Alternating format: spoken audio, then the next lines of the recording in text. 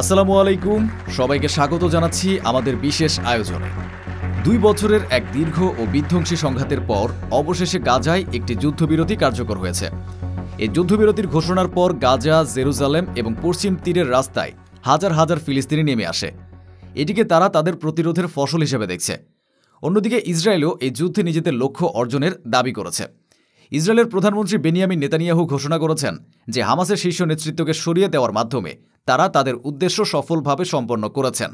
কিন্তু প্রশ্ন হল, এই দুই বিপরীতধর্মী দাবির পেছনের বাস্তবতা কি? একটি দীর্ঘ সংঘাতে উভয় পক্ষই যখন নিজেদের বিজয় দাবি করে, তখন প্রকৃত পরিস্থিতি বুঝতে একটি গভীর বিশ্লেষণ প্রয়োজন হয়। আজ আমরা এই সংঘাতের সামরিক, রাজনৈতিক এবং আন্তর্জাতিক প্রেক্ষাপটগুলো তুলে ধরব, যা আমাদের একটি পরিষ্কার চিত্র পেতে সাহায্য করবে। সামরিক প্রেক্ষাপট: লক্ষ্য অর্জন বনাম প্রতিরোধের সক্ষমতা। যে কোনো সংঘাতের সাফল্য বা ব্যর্থতা পরিমাপের একটি বড় মাপকাঠি হল পূর্ব নির্ধারিত সামরিক লক্ষ্য অর্জন। ইসরায়েলের প্রধান ঘোষিত লক্ষ্য ছিল হামাসের সামরিক সক্ষমতাকে পুরোপুরি ধ্বংস করা এবং সংগঠনটিকে ভবিষ্যতে হামলা চালানো থেকে বিরত রাখা। এই লক্ষ্যের অংশ হিসেবে তারা হামাসের শীর্ষ নেতা ইয়াহিয়া সিনওয়ার এবং মোহাম্মদ দেইফের মতো ব্যক্তিদের হত্যা করতে সক্ষম হয়, যা নিঃসন্দেহে একটি বড় সামরিক সাফল্য। ইসরায়েলি কর্তৃপক্ষের ধারণা, নেতৃত্বের এই শূন্যতা সংগঠনটিকে ভেতর থেকে দুর্বল করে দেবে। তবে অনেক সামরিক বিশ্লেষকদের মতে মাঠের বাস্তবতা ছিল ভিন্ন। নেতৃত্বের উপর আঘাত এলেও হামাসের প্রতিরোধ কাঠামো ভেঙে পড়েনি, বরং নতুন প্রজন্মের নেতারা দ্রুত শূন্যস্থান পূরণ করেছে এবং আরও বিকেন্দ্রীভূত পদ্ধতিতে প্রতিরোধ চালিয়ে গেছে। বিশ্লেষকরা এই কৌশলকে হাইড্রার সঙ্গে তুলনা করেছে, যেখানে একটি মাথা কেটে ফেলার পর একাধিক নতুন মাথা গজিয়ে ওঠে। গাজার নগর পরিবেশ যুদ্ধের নতুন বাস্তবতা ছিল ইসরায়েলের জন্য একটি বিরাট চ্যালেঞ্জ। গাজার জাবালিয়া আর খান ইউনুসের মতো ঘনবসতিপূর্ণ শরণার্থী শিবিরগুলো সরু গলি আর বহুতল ভবনে পূর্ণ, যা প্রথাগত সেনাবাহিনীর জন্য এক দুঃস্বপ্নের রণক্ষেত্র। হামাস এই পরিবেশকে তাদের সুবিধার্থে ব্যবহার করেছে।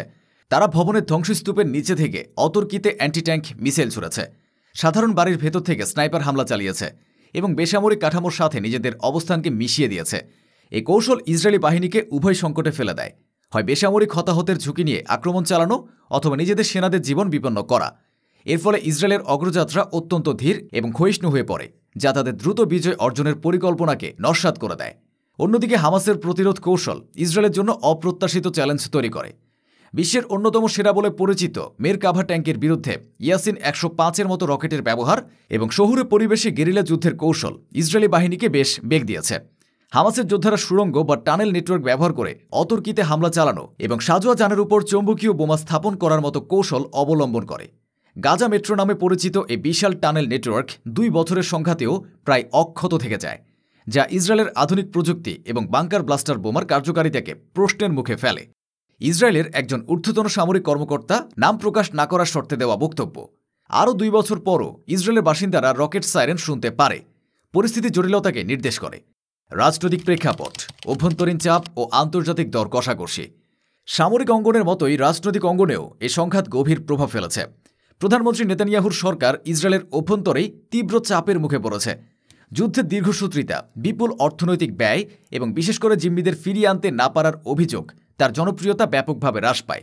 জিম্মিদের পরিবারগুলোর লাগাতার বিক্ষোভ নেতানিয়াহুর জোট সরকারের উপর প্রবল চাপ সৃষ্টি করে। নেতানিয়াহুর রাজনৈতিক সংকট আরও ঘনীভূত হয় তার নিজের জোটের অভ্যন্তরীণ দ্বন্দ্বের কারণে। তার সরকার টিকেছিল ইতামার বেন গভির এবং বেজালেল স্মোট্রিচের মতো কট্টর ডানপন্থী দলগুলোর সমর্থনের উপর। এই দলগুলো যে কোনো ধরনের যুদ্ধবিরতি বা হামাসের সাথে আলোচনার ঘোর বিরোধী ছিল। তাদের দাবি ছিল গাজার উপর পূর্ণ সামরিক নিয়ন্ত্রণ প্রতিষ্ঠা এবং সেখানে পুনরায় ইহুদি বসতি স্থাপন করা। যুদ্ধবিরতির আলোচনা শুরু হলেই তারা সরকার থেকে সমর্থন প্রত্যাহারের হুমকি দিত, যা নেতানিয়াহুকে একটি উভয় সংকটে ফেলে দেয়। একদিকে আন্তর্জাতিক চাপ এবং জিম্মিদের পরিবারের কান্না, অন্যদিকে নিজেদের রাজনৈতিক ক্ষমতা টিকিয়ে রাখার লড়াই। এই দুইয়ের মাঝে ভারসাম্য রাখতে গিয়ে তার সিদ্ধান্ত গ্রহণ প্রক্রিয়া স্থবির হয়ে পড়েছিল, যা ইসরায়েলের যুদ্ধকালীন নেতৃত্বকে প্রশ্নবিদ্ধ করে। একই সাথে তার যুদ্ধকালীন মন্ত্রিসভার কট্টরপন্থী সদস্যরা যুদ্ধবিরতি শর্তগুলোকে আত্মসমর্পণ হিসেবে আখ্যায়িত করে সরকার থেকে বেরিয়ে যাওয়ার হুমকি দেন, যা তার রাজনৈতিক অবস্থানকে আরও দুর্বল করে তোলে। বিপরীতে হামাস এ সংঘাতের মাধ্যমে নিজেদেরকে ফিলিস্তিনি প্রতিরোধের একটি অপরিহার্য শক্তি হিসেবে প্রতিষ্ঠা করতে পেরেছে বলে মনে করা হয়। যে সংগঠনটিকে ইসরায়েল এবং তার মিত্ররা সন্ত্রাসী বলে বিশ্ব থেকে বিচ্ছিন্ন করতে চেয়েছিল, সেই সংগঠনই শেষ পর্যন্ত আলোচনার টেবিলে একটি গুরুত্বপূর্ণ পক্ষ হিসেবে আবির্ভূত হয়েছে। যুদ্ধবিরতির আলোচনায় হামাসের পক্ষ থেকে গাজার একটি বড় অংশ থেকে সেনা প্রত্যাহার, সীমান্ত ক্রসিং খুলে দেওয়া এবং হাজার হাজার ফিলিস্তিনি বন্দীর মুক্তির মতো গুরুত্বপূর্ণ দাবিগুলো আদায় করে নেওয়া তাদের রাজনৈতিক দর কষাকষির সক্ষমতা প্রমাণ করে। এই সংঘাতে হামাসের রাজনৈতিক উত্থানের আরেকটি কারণ হল ফিলিস্তিনের অভ্যন্তরীণ ক্ষমতার সমীকরণে পরিবর্তন। পশ্চিম তীরে অবস্থিত মাহমুদ আব্বাসের নেতৃত্বাধীন ফিলিস্তিনি কর্তৃপক্ষের নিষ্ক্রিয়তা এবং ইসরায়েলের সাথে তাদের নিরাপত্তার সমন্বয় সাধারণ ফিলিস্তিনিদের চোখে তাদের গ্রহণযোগ্যতা অনেক কমিয়ে দিয়েছে। অন্যদিকে হামাস সশস্ত্র প্রতিরোধের মাধ্যমে ইসরায়েলকে আলোচনার টেবিলে আসতে বাধ্য করেছে। এই ধারণাটি অনেক ফিলিস্তিনি, বিশেষ করে তরুণ প্রজন্মের কাছে তাদের জনপ্রিয়তা বাড়িয়ে দিয়েছে। যুদ্ধের সময় যখন গাজায় প্রশাসনিক কাঠামো ভেঙে পড়ার উপক্রম হয়েছিল, তখন হামাসের অভ্যন্তরীণ শাখাগুলো বিকল্প উপায়ে খাদ্য সরবরাহ এবং আইনশৃঙ্খলা বজায় রাখার চেষ্টা করে, যা তাদের নিছক একটি সামরিক শক্তি থেকে একটি কার্যকর শাসন কর্তৃপক্ষ হিসেবেও প্রতিষ্ঠা করতে সাহায্য করে। হামাসের একজন নেতার বক্তব্য, আমাদের হাত এখনও ট্রিগারে। এটি তাদের ভবিষ্যৎ অবস্থানের বিষয়ে একটি সতর্কবার্তাও বটে। আন্তর্জাতিক প্রেক্ষাপট, বদলে যাওয়া বৈশ্বিক জনমত। এই সংঘাতের সবচেয়ে উল্লেখযোগ্য দিকগুলোর একটি হল আন্তর্জাতিক অঙ্গনে জনমত এবং ক্ষমতার সমীকরণে পরিবর্তন। অতীতের সংঘাতগুলোতে যুক্তরাষ্ট্র ইসরায়েলের পক্ষে প্রায় অবস্থান নিলেও এবারের চিত্র ছিল ভিন্ন। যুক্তরাষ্ট্রের অভ্যন্তরে যুদ্ধ বন্ধের জন্য নজিরবিহীন চাপ তৈরি হয়। কলম্বিয়া, ইউসিএল এর মতো শীর্ষ বিশ্ববিদ্যালয়গুলোতে ফিলিস্তিনের সমর্থনে গড়ে ওঠা ছাত্র আন্দোলন ভিয়েতনাম যুদ্ধবিরোধী আন্দোলনের স্মৃতি ফিরিয়ে আনে। সিনেটর বার্নি স্যান্ডার্সের মতো রাজনীতিবিদরা ইসরায়েলের কাছে অস্ত্র বিক্রির উপর বিধিনিষেধ আরোপের প্রস্তাব তোলেন। এই পরিবর্তনের পেছনে বড় ভূমিকা রেখেছে সামাজিক যোগাযোগ মাধ্যম এবং তথ্যের অবাধ প্রবাহ। প্রথমবারের মতো গাজার ভেতর থেকে সাংবাদিক এবং সাধারণ নাগরিকরা মোবাইল ফোনের মাধ্যমে যুদ্ধের ভয়াবহতার ছবি ও ভিডিও সরাসরি সারা বিশ্বে ছড়িয়ে দিতে সক্ষম হয়। ঐতিহ্যবাহী গণমাধ্যমের ফিল্টারিং ছাড়াই এই কন্টেন্টগুলো টিকটক, ইনস্টাগ্রাম এবং এক্সের মতো প্ল্যাটফর্মে ভাইরাল হয়ে যায়, যা পশ্চিমা বিশ্বের তরুণ প্রজন্মের মধ্যে ইসরায়েল সম্পর্কে ধারণার নাটকীয় পরিবর্তন ঘটায়। এর ফলে সরকারগুলোর জন্য ইসরায়েলের কর্মকাণ্ডকে পূর্ণ সমর্থন করা কঠিন হয়ে পড়ে। শুধু যুক্তরাষ্ট্রেই নয়, লন্ডন, প্যারিস, বার্লিনের মতো ইউরোপীয় শহরগুলোতেও লক্ষ লক্ষ মানুষ ফিলিস্তিনের সমর্থনে রাস্তায় নামে। এই বৈশ্বিক বিক্ষোভ ইসরায়েলের উপর আন্তর্জাতিক চাপ বাড়িয়ে তোলে। আন্তর্জাতিক বিচার আদালত আইসিজে এবং আন্তর্জাতিক অপরাধ আদালতের আইসিসি এর মতো সংস্থাগুলোর পক্ষ থেকে যুদ্ধ অপরাধের তদন্তের সম্ভাবনা ইসরায়েলি সরকারকে কূটনৈতিকভাবে আরও কোণঠাসা করে ফেলে। এই সম্মিলিত আন্তর্জাতিক চাপের কারণেই যুক্তরাষ্ট্র যুদ্ধবিরতির জন্য সক্রিয় ভূমিকা পালন করতে বাধ্য হয়েছে বলে অনেক বিশ্লেষক মনে করেন। তবে যুদ্ধবিরতির অংশ হিসেবে গাজায় 200 মার্কিন সেনা মোতায়েনের সিদ্ধান্ত একটি নতুন আলোচনা জন্ম দিয়েছে।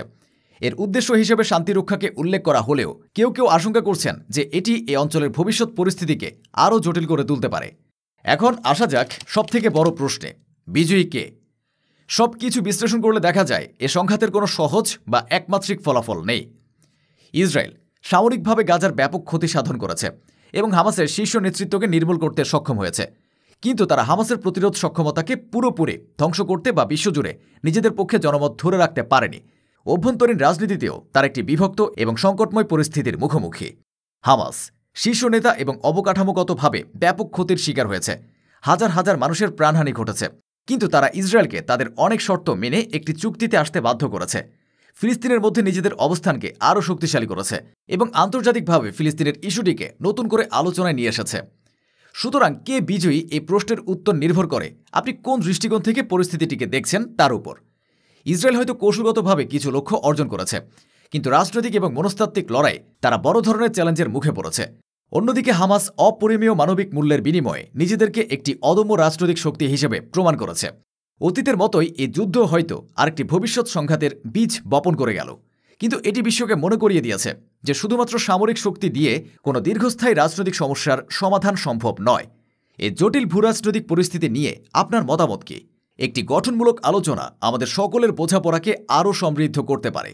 বিশ্বজুড়ে ঘটে চলা এমন গভীর এবং বিশ্লেষণধর্মী ঘটনা প্রবাহ জানতে আমাদের সাথেই থাকুন।